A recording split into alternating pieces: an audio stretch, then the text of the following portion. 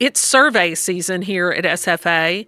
Please visit us at southernfoodways.org and take a brief survey to tell us how you're engaging with SFA stories. That's southernfoodways.org to participate in our survey. So, remember earlier this month when I told you that SFA loves Northwest Arkansas? Today, you're going to find out I was not exaggerating, because we're back in NWA, as the cool kids call it, now one of the fastest growing regions in the United States. The eclectic metropolitan area includes several cities, namely Bentonville, Fayetteville, Springdale, and Rogers. By 2045, the area is expected to double in size and hit nearly 1 million residents. The source of all this growth can largely be attributed to 3 employers headquartered in the area: Tyson Foods, J.B. Hunt, and Walmart. Walmart in particular has really made NWA its home. That makes sense because Walmart was founded in Bentonville, and Walmart has such a big impact on the local economy that some locals even joke that when you shop at Walmart in NWA, you are shopping local. In 2011, Alice Walton, the daughter of Walmart founder Sam Walton, chose Bentonville as the site for her museum, the Crystal Bridges Museum of American Art. The choice makes sense when you understand that Alice Walton grew up in Northwest Arkansas. Walk through the galleries and you'll see works from Georgia O'Keeffe and Andy Warhol. While admission is free, a sign on the wall will make sure you don't forget why. Free admission forever, thanks to Walmart. NWA also draws in hiking enthusiasts, mountain bikers, and curious eaters. And it's that last one we're focused on today. In recent decades, immigrants from all over the world have moved to the area for jobs at places like Walmart. As the population has diversified, so too has the quality of food and restaurants. Many of the transplants Mackenzie Martin spoke to say that the resulting community is a uniquely welcoming one. Immigrants of all kinds participate in shared activities and culture, all the while preserving the traditions of the countries they grew up in. I'm Melissa Hall. You're listening to Gravy. Gravy. Gravy. Gravy. A production of the Southern Foodways Alliance. Gravy tells the stories of the changing American South. This is Gravy, and Mackenzie Martin takes us back to NWA to report on the influx and influence of South Asian cuisine.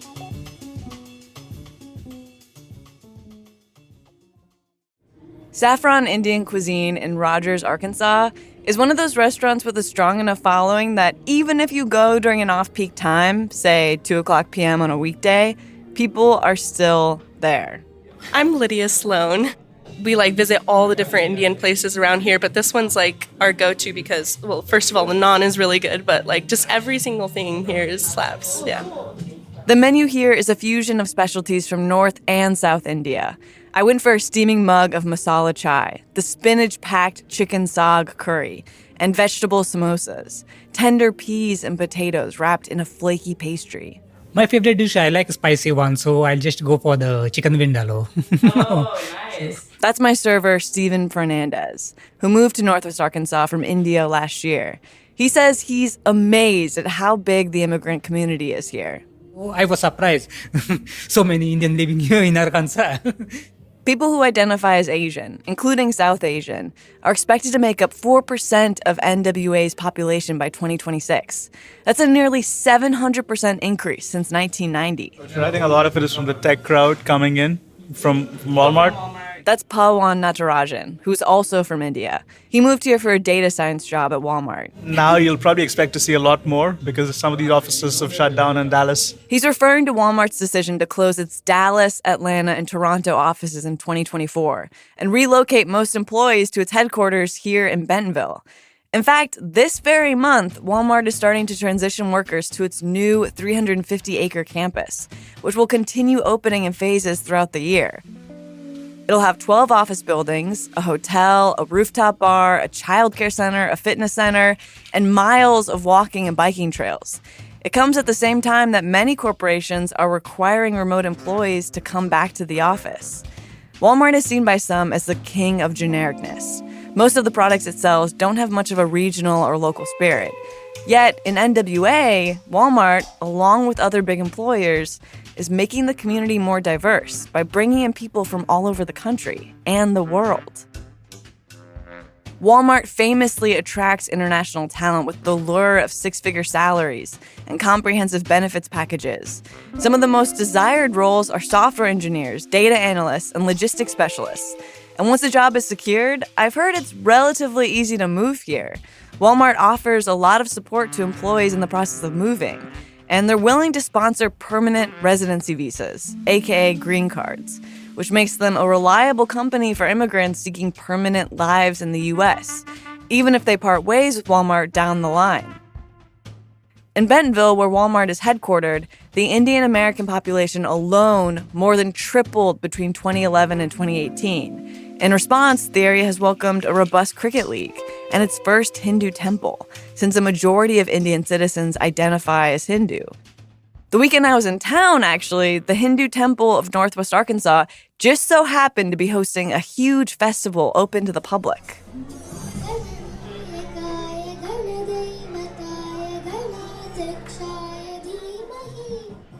My name is Ravikant Kravidi. I am the president of Hindu Association of Northwest Arkansas. So today there is a big event happening which is called Ganesh Utsav. Ganesh is one of our main idol. The festival was commemorating the birthday of Ganesha, the most well-known Hindu deity, easily recognized by his elephant head and four arms. Thought of as the remover of obstacles, he's worshipped by people on the cusp of starting something new. We pray and then we have all these different instruments and make him like more excited. That is how this whole Utsav is about, and then obviously food. This is Mahesh Pradhan. When I came in 1992, we were like hardly 3 Indian families. Now we got maybe 3,000. Back in the day, they used to hold this festival at Mahesh's home, but the community has far surpassed a venue of that size. 1,000 attendees are expected today. I look around and see children running everywhere. Men lining up for food, women dressed in colorful pink and orange saris, everyone barefoot. I am Marudat Chelvi, Kodandaraman. Any festival that you have from India, there is always food around it. Every god has a special recipe or dish. So yes, our celebrations are always with food. Dad, can I have a box? Maruth Shilvi shows me the food she just collected. So we have rice and dal. So this is the lentil steam cooked, and then what we have here is the paneer butter masala. Next to the tomatoey curry are warm fried dough balls soaked in syrup. This is gulab jamun. This is a very favorite dessert of many Indians from north, south, wherever you go. People are also eating modaks, a small globe-shaped dumpling sweetened with coconut that I'm told is Ganesha's favorite. So it's sort of like the flagship dessert of the festival, if you will. The majority of the members of the temple are from India, but there are also folks here from Nepal, Sri Lanka, and Malaysia. It's a 7-minute drive from Walmart's corporate campus, which is important to know because almost everyone I happened to talk to came to the area for a job at Walmart. That includes Maruth Chilvi and her husband, Arul Kumaran Ratina Sapapati. So we have been living for almost 16 years now. It's about the employment opportunity, and obviously it's Walmart. Maruth Chilvi took a break from Walmart to have her son, and now she's with a different company. Do you guys like it here? Oh yes, we love it. A lot of our friends have tried moving to a different state in US, but we prefer this to be our home, second home. If there is an option to leave this place and go, I would want to go back to India. I don't want to go anywhere else. We eventually want to make a NWA similar to Dallas. Dallas, Texas has one of the largest Indian American populations in the United States, comprising about 3% of the metro area. This was the first time I heard a version of the sentiment, we want NWA to be the next Dallas, but it would not be the last. And according to Maruth Chilvi, NWA is on its way. When I was pregnant with my first son, the only Indian restaurant we had to travel so far to go and grab something that I don't cook at home, right? 20 years ago, you'd have to go to Tulsa, Kansas City, or even Oklahoma City for Indian food. A 4 to 7 hour round trip. So now we have so many options. We have Namaste, we have Chola Cafe, we have Punjabi Kitchen, Saffron, you name it, Bawarchi. We have so many options to go. Now it's like if you want to go eat Indian food, we have to debate where are we going to go and eat. There are also several Indian grocery stores and volunteer-run language schools that have been popping up since 14% of people in Bentonville speak a language other than English at home. They are teaching the language like Tamil, Telugu, Kannada, Malayalam, and Hindi, all those languages in order to maintain their culture and at least to keep in touch with their grandparents for the kids. It's important for Maruth Chilvi and Arul to expose their kids in the United States to the culture they grew up with in India. And that's not an easy task, considering how incredibly diverse India is as a country. That's according to Sudhir Katke, who came here in 1997 for a job at Walmart. If you know about the whole India landscape and then the culture and the food, it's very diverse. Every state that has been there has different food and different culture. In fact, there's a saying that for every 5 miles, you'll see different dialect, different food, and different culture. Can a community as diverse as Bentonville be all things to all people? That's a tall order, but local entrepreneurs are stepping up to serve all sorts of needs and tastes. When we come back, we'll meet the family behind the first Pakistani restaurant in NWA. But first... Maker's Mark bourbon is aged to taste in Loretto, Kentucky. The Samuels family uses locally grown, soft red winter wheat and sources water from a lake on the distillery's campus. Every Maker's Mark label is printed and die-cut by hand on an antique press, and each bottle is hand-dipped in their signature red wax. All the details matter when distilling quality bourbon. Since Maker's Mark sold its first case of bourbon to the Keeneland Racecourse in Lexington, they have perfected the craft of distilling American whiskey. For their dedication to making great bourbon and for their support of the Southern Foodways Alliance, we thank them. Maker's Mark crafts their bourbon carefully. Please enjoy it that way. A 5-minute drive from both the Walmart corporate headquarters and the Hanwha Hindu temple is Barbecue King, believed to be the first and only Pakistani restaurant in Northwest Arkansas. It's a partnership with another Pakistani restaurant called Barbecue King in Dallas. In the kitchen, skewers of meat grilled next to big pots of biryanis. Wow, this is a huge kitchen. Yeah, it's a pretty big kitchen. We got a lot of things going on here. So, giving me a tour is Abdullah Asif, a pre-med student at the University of Arkansas, and the son of the restaurant owner. It's a huge group effort. It takes a village to run a restaurant, you know? I'm always here helping out because, first of all, like, of course, we're gonna help the family, but it's also just kind of like an exciting scene. And like, you know, aside from school, what else am I doing with my life? It smells amazing. What is that? Goat. He's making in goat. There's tangy goat cooked in a spicy pickle-flavored gravy, in addition to rich goat in a gingery tomato sauce. Not to mention succulent lamb shanks and crispy curried chicken. Grilled meat is sort of their specialty here, and all of it is incredibly high quality because it's sourced from the halal meat market next door, which Abdullah's family also owns. Halal is like a specific like slaughtering style in which like it's permissible for like Muslims to eat the meat basically. And so it's actually very similar to like kosher laws you might have heard for the Jewish custom. Next, Abdullah and a coworker show me a huge tandoor oven. And so right now he'll put one of these inside here. This is garlic naan and this plain butter naan.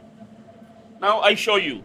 I watch as 2 pieces of fresh dough get placed on the side of the vase-shaped clay oven. The thin layers of dough bubble up and get crispy in seconds, resulting in these pillowy yet chewy pieces of naan made to order.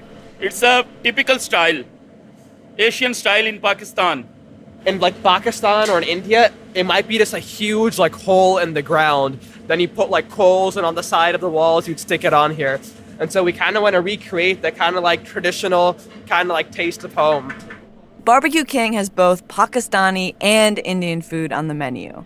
So naturally, Abdullah gave me a quick history refresher in the cuisine of the subcontinent. India and Pakistan, they used to be the same country, right? And so a lot of like the base food is very, very similar. An important distinction, Abdullah says, comes down to religion and the dietary restrictions that come with it. India is roughly 80% Hindu, while Pakistan is more than 95% Muslim. Abdullah's family is from India, but since they're Muslim and eat exclusively halal meat, he says their culinary interests line up more closely with Pakistani food as a general rule. And so in Pakistani food, you're not going to find any pork. And in Indian restaurants, you're not going to find any beef. The blending of these particular two cuisines and cultures here is notable, since India and Pakistan have a complicated and tense relationship that goes back generations and includes several wars. I won't go into it all here, but Abdullah says from his perspective, those tensions aren't as evident in the U.S. None of us like have any beef and like any of that like whole like politics stuff back home. We're all part of like the same like community here. I visited Barbecue King at an exciting time for the restaurant because they'd only been open for a few weeks. Still completely new. We're still making changes all the time. Still like installing stuff in the kitchen, like still setting up the systems, getting catering orders ready. The restaurant was a dream of Abdullah's dad, Asif Parwez. Hi, nice to meet you. I'm Mackenzie. Hi, Mackenzie. How are you doing? And it's been many years in the making. Born in New Delhi, Asif moved to the United States for a job at Walmart and ended up settling here in Northwest Arkansas around 2010. That's when he realized NWA was missing something very important: easy access to halal meat. Back then, Asif had to drive at least 6 hours round trip. Either Kansas or Dallas. We don't have any other option. Eventually, Asif realized he could take matters into his own hands by opening up his own halal meat shop. I did it of course, for myself, but for the community. At first, the market was on the side of his job at Walmart. But then he realized his passion was more in the food business. Plus, couldn't this community also use a Pakistani restaurant?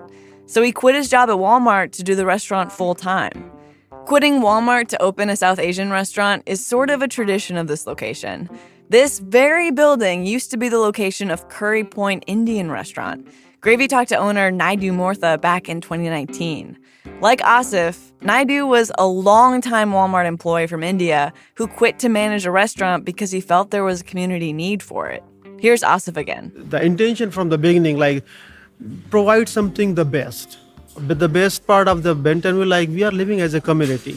I maintain the best quality on the meat shop. I'm going to maintain the best quality in this restaurant. This community includes Indian and Pakistani families, but also native Arkansas folks, transplants from across the country, and immigrants from other parts of the world. When I was at Barbecue King, I chatted with a diner who'd immigrated to Arkansas from the United Kingdom. I actually work with a company. They're called Canopy. And so they're the only refugee resettlement organization in Northwest Arkansas. To date, Canopy has welcomed the arrival of more than 900 refugees to NWA. A lot of them are from, South America, North Africa, some Eastern Europe, and a lot of them are from the Middle East. And so a halal Pakistani restaurant would also serve them because a lot of them being Muslim, they're looking for like halal options like in the area. The Northwest Arkansas of today is a cosmopolitan region where people from all over the world make a living and find a home. They're making space for others, but they're also working to preserve what makes them unique. And thanks to places like Barbecue King, they now have one more place to gather and meet each other. I'm seeing like new families like every day, and I'm like, oh wow, how long you been in our community? Are you new here? Like, no, I've been here for a few years now. But there's just have not been a lot of, options for them at all.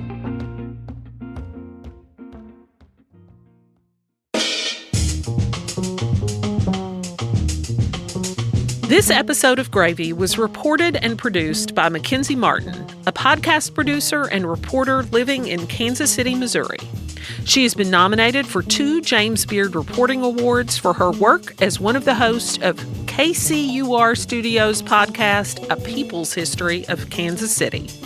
Her reporting has been featured on 99% Invisible, Milk Street Radio, NPR's Morning Edition, All Things Considered, Here and Now, and Marketplace. We thank Wendell Patrick for Gravy's theme music. We also owe a huge thank you to Clay Jones and Broadcast Studios here in Oxford, Mississippi for recording and mixing Gravy. Managing editor for Gravy and all other SFA media is Sarah Camp-Milam.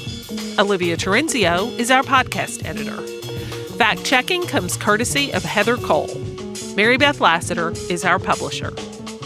Visit us at southernfoodways.org to learn more about our work.